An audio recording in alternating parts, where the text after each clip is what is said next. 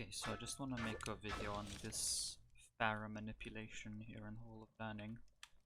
So, credit to this skip still goes to Asko, of course, he found it. However, I've been messing about with it for the past few hours and I just feel like I've come to understand it much better, and I think a separate video can be useful, so that's what this is. I guess it's kind of a tutorial.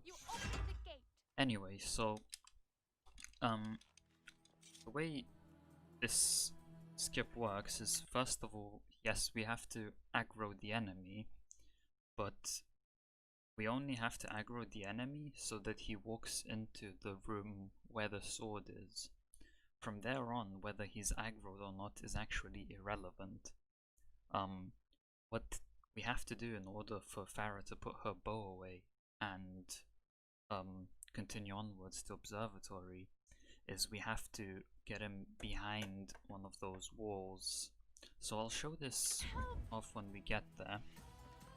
But anyway, one thing at a time. So come here, you can get your sword out, torpedo. Right, so once you get to the enemy here, there are a few things, different things that could have happened by now. One is if the enemy is standing upright, in that case you hit him and move on. If the enemy is in a weakened state, so if he's like not all the way down but like halfway down, then you want to wait until he stands up, because otherwise it's just not going to work. You want to wait until he stands up and then hit him once. Once you hit him, don't worry if he gets into a weakened state. As long as he's not all the way down, it's fine. So let's hit him, and then what you want to do is walk here, and you see there's an SoT symbol on the floor. You want to walk just past that, so about here, and then wait here until he teleports to you.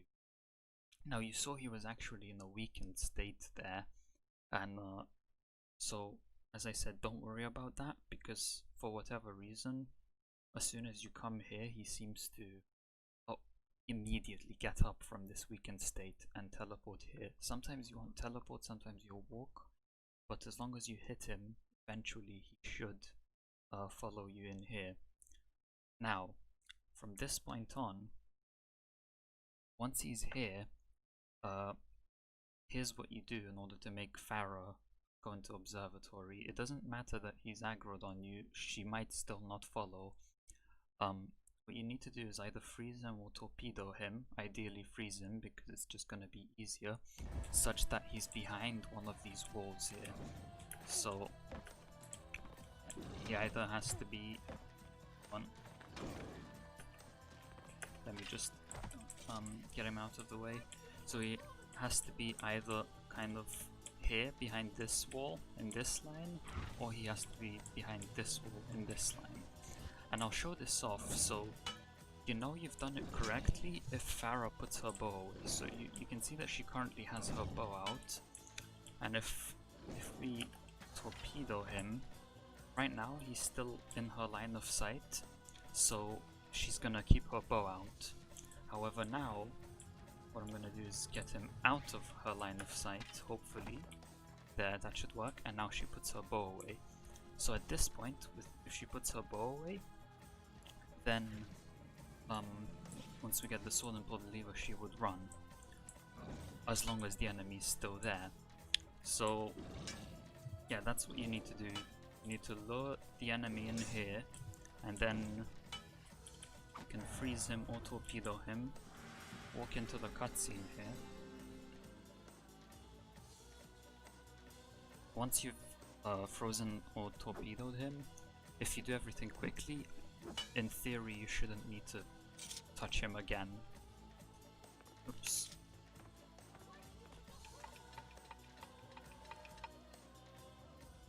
So he stands up during the cutscene. Don't worry, he's not actually standing up, that's just a visual glitch.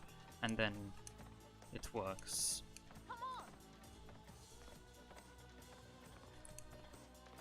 Okay, so let's see what the whole thing looks like done all in one go. You open the gate. And by the way, at the time of recording this, it is the middle of the night for me, so that's why I'm talking a little bit quietly. Alright, so come here, torpedo. Make sure he's not weakened, hit him. Come here, okay, he teleported quite quickly this time. That should be fine, he's going towards the wall.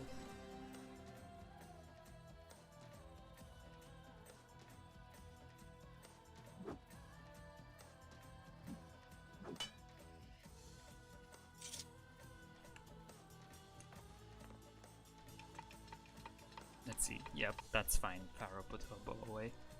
So as long as by the time he falls down he's next to the wall, it's fine.